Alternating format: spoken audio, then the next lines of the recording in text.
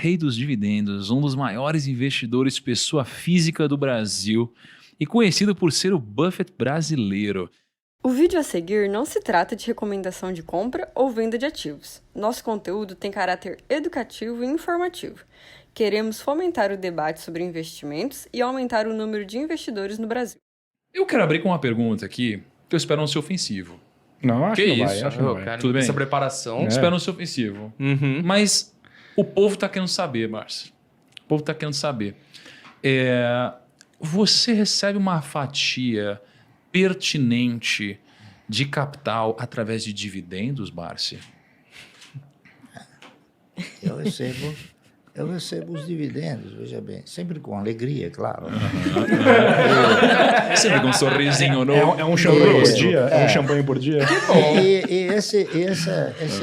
Essa participação nos dividendos, ela veio progressivamente na razão direta que eu disciplinei a minha conduta e tive a paciência suficiente para poder ir reinvestindo todos aqueles recursos que eu ganhava. É isso.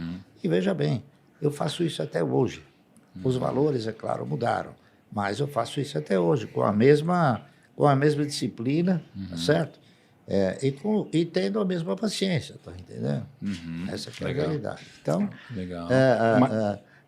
a renda mensal, ela veio progressivamente aumentando, não é isso?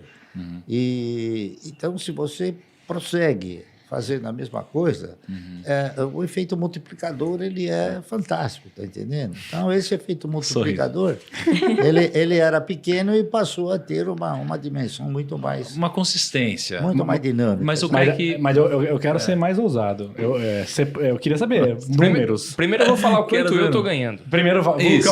Lucão, Vamos setar a expectativa. eu vou fazer uma pergunta mais direta. Aí eu posso falar eu depois. Lucão, quanto que você está ganhando de dividendos? Tá bom, eu tô ganhando aqui...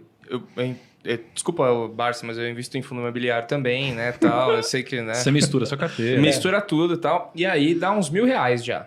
Por R$1.000 mês. por mês. Já é bem Já é teve legal. um dia que o senhor Tá ganhou bom. R$1.000 por mês, Márcio? Já teve. claro. Um dia, né? Um Mas dia. só um dia. Aí, da ó, vida dele. então, cara, se eu olhar pra história, e tudo indica que você Sim. vai ser o Márcio no futuro. Tô no caminho. Tiago Tá no Nigro, caminho. quanto que você está ganhando de dividendos por mês? Cara, na minha carteira pública, Ah. que é aquela que eu mostro do mês, cara, acho que a gente deve tirar algo em torno de 50 a 90 mil reais por mês na carteira Caramba. pública. Nossa, Não já é? tá legal. É um valor bom. Mas a minha carteira é uma carteira que não tem um yield tão alto, porque eu misturo um pouco as classes de Sim, ações. mas já tá bacana. Mas tá já bacana. de 50 a 90 mil na carteira pública. Dá pra fazer um rolê. Isso.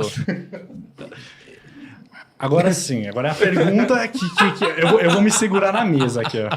Mas, quanto que você está ganhando de dividendos? Bem, o dividendo, ele oscila. É muito cara de pau Deixa você, eu falar. cara. Ele oscila. O ano passado, a maioria dos empresários ficaram temerosos com relação à possibilidade de o dividendo voltar a ser tributário, não é isso? Não, o pessoal Então- ficou maluco. Então, colocando fogo na Paulista. algumas empresas que detinham um caixa alto acabaram dando uma derretida no caixa, dando uma aliviada nesse caixa. E isso foi feito através do quê? Através da distribuição de dividendos, está correto? Então, o ano de 2021 foi um ano que estabeleceu um recorde inédito, está entendendo? Na minha carteira. Por quê? Porque eu tinha ações de empresas que distribuem bons dividendos. Né? No mercado nós temos empresas que distribuem dividendos, mas não bons dividendos, está entendendo? Essa que é a realidade. Então, foi um ano generoso que eu gostaria que ele se perpetuasse. É claro que eu tenho o sentimento que não vai se perpetuar em virtude da anormalidade, não é isso? Mas a minha carteira gerou um dividendo bastante expressivo. E eu acabei até fazendo uma divisão, né? Porque tem uma coisa interessante, viu, que eu vou comentar com vocês. Não sei se vocês também apreciam esta forma que eu vou falar. Eu não fico sistematicamente avaliando e somando o quanto eu recebo de dividendos. Quando chega no fim do ano, você pega toda a documentação, não é isso? E aí é que você tem a percepção de quanto você ganhou, está entendendo? Então, no ano de 2021, como eu disse, as distribuições foram generosas. Então, a somatória de todos os dividendos gerou uma renda diária, né? Diária. De R$ 1.015.000. Ai, meu Deus. Caiu meu lápis. 1 Caramba, milhão por cara. dia. Fez a conta? 1 milhão 1 milhão por e dia. 15. 1 milhão e 15. 1 milhão e 15. 1 milhão e 15 por dia. Por dia. Por dia. Caralho. Por Pô, dia. Cara, se eu tivesse no 15, já ia estar tranquilo. Ó, mas 1 milhão e 15 por dia. Eu tenho uma cola aqui, que a produção me mandou Tá, no meu né? ponto Ah. 10 coisas que o Barça poderia fazer todos os dias. Todos os dias? Todos os dias. Vamos ver. Ah. Todos os dias o Barça poderia comprar 9 bitcoins. Todos Ele os poderia, dias? todos os dias. Coisa Ele- que eu não faria. ele não faria, mas ele Bitcoin. poderia comprar todos os dias 9 bitcoins, 2.000 ingressos para ir para Disney.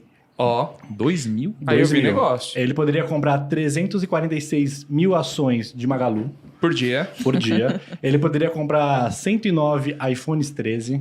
Ele poderia comprar 155 mil litros de gasolina. Ele poderia comprar 30 mil ações de Banco do Brasil, 183 Ether. Ele podia comprar 3 Land Rover 0km Por dia. por dia. Por dia. Ele poderia levar 250 pessoas para a França, na Europa. Ou se ele quisesse juntar um pouquinho, ele poderia, em 14 dias, comprar o carro mais caro vendido hoje no Brasil, que é 14 milhões de reais. Caramba. Se Você ele comprou tiver alguma dessas paciência, coisas, né? hein, pai? você E, tem o que, paciência. e você poderia fazer isso, mas o que você fez? Não, mas veja bem, tudo isso que ele relacionou, eles não fazem parte da minha prioridade. Olha só. Ah, Muito bom. Então, o que aconteceu? Quando eu dei início a esse projeto, eu estabeleci um critério que foi fundamental e muito importante. Eu estabeleci uma prioridade. A minha prioridade era o quê? Ter uma carteira de renda mensal generosa, tá certo? E eu consegui. Através do quê? Através de privilegiar esse comportamento. Então, a prioridade era o seguinte, a prioridade ela foi fazendo com que eu fosse progressivamente administrando os meus egos e posteriormente controlando esses egos. Então, cada vez que tinha alguma compra ou algum procedimento fora desse critério aí, eu perguntava, me diga uma coisa, isso aqui é minha prioridade? Eu falava, não, então não compro. Tá entendendo? Então, E qual que era a sua prioridade nesse processo? a minha prioridade era ter uma Reinvestir. carteira de renda mensal generosa. Perfeito. Deixa eu perguntar então, Barça, assim, agora, brincadeiras à parte, né? Poxa, esse número, 1 milhão por dia. Assim, as pessoas muitas vezes sonham em ter 1 milhão, né? É 1 milhão de geração de renda por dia, assim. Como chegar nesse número, Barça, do zero? Então tem alguém aqui assistindo do zero. Como que a pessoa se planeja para chegar nisso um dia? Com disciplina e paciência. Perfeito. Certo? E disciplina, paciência, e você estabelecendo o quê? Estabelecendo uma prioridade. A partir do momento que você desenvolve esse processo, tendo como prioridade, né, você fazer a sua carteira de renda mensal, então você deixa de fazer muitas coisas que seriam supérfluos. Sim, Tá entendendo? Mas vamos... Que é o que desvia, às vezes, o cidadão de uma trajetória que possa ser vitoriosa. Perfeito. Vamos do zero aqui, então. Vamos do zero, né? Porque tem muita gente que está assistindo a gente agora que já investe, gente que começou a investir recentemente e gente que quer começar a investir, mas ainda não começou a investir, tá? A pessoa está começando a investir hoje. Por onde que você acha que ela deveria começar para que ela comece já na direção certa? Bem, hoje nós estamos aí propondo, a AGF está propondo que o cidadão assuma uma cultura melhor para ele poder desenvolver um tipo de procedimento também melhor no mercado, para que ele possa ter conhecimento suficiente de criar um foco, tá certo? Um foco para poder entrar no mercado e não ser assim surpreendido com coisas erradas. Então, eu interpreto o seguinte: a primeira coisa que o cidadão tem que fazer no momento em que ele vai entrar no mercado é o seguinte: é estabelecer um paradigma que revele o foco que ele quer fazer. Se ele quer investir, se ele quer especular, tá entendendo? Então, ele tem que procurar o quê? Ele tem que procurar um profissional que possa lhe oferecer essa orientação certa, tá entendendo? Essa que é a realidade.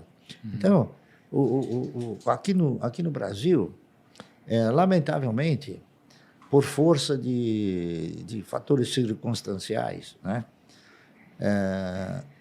A maioria das sociedades corretoras, elas têm uma necessidade premente de fazer com que o cidadão que vá operar, que gire os negócios, é isso? Porque elas vivem do quê? Elas vivem de corretagem. Elas não vivem de investimento, elas vivem de corretagem. Então, isso faz com que o cidadão, ele não tenha aquela firmeza, tá entendendo? Porque ele vai ter o quê? Ele vai ter orientações desvirtuadas daquela que seria a mais pródiga, não é isso? Que é investir. Então, a proposta de se criar uma cultura de investimento, não é isso? É uma proposta que a gente percebe que o brasileiro não tem. Legal. Eu interpreto o seguinte, é claro que a educação financeira é uma coisa importante, mas eu interpreto o seguinte, que a partir do instante que o cidadão ele está convicto de que ele não deve gastar mais do que ele ganha, então ele está financeiramente educado. Aí ele precisa partir para uma nova fase de cultura, que é a cultura do investimento. A cultura do investimento nada mais é do que você saber na mão de quem você está colocando o dinheiro, tá entendendo? E em que atividade você está colocando o dinheiro. Legal. É isso que se pretende desenvolver. É isso aí, muito obrigado pelo episódio de hoje. Um grande abraço, até o próximo e tchau. Muito obrigado por assistir até aqui. Estes são alguns vídeos que vão potencializar seus investimentos.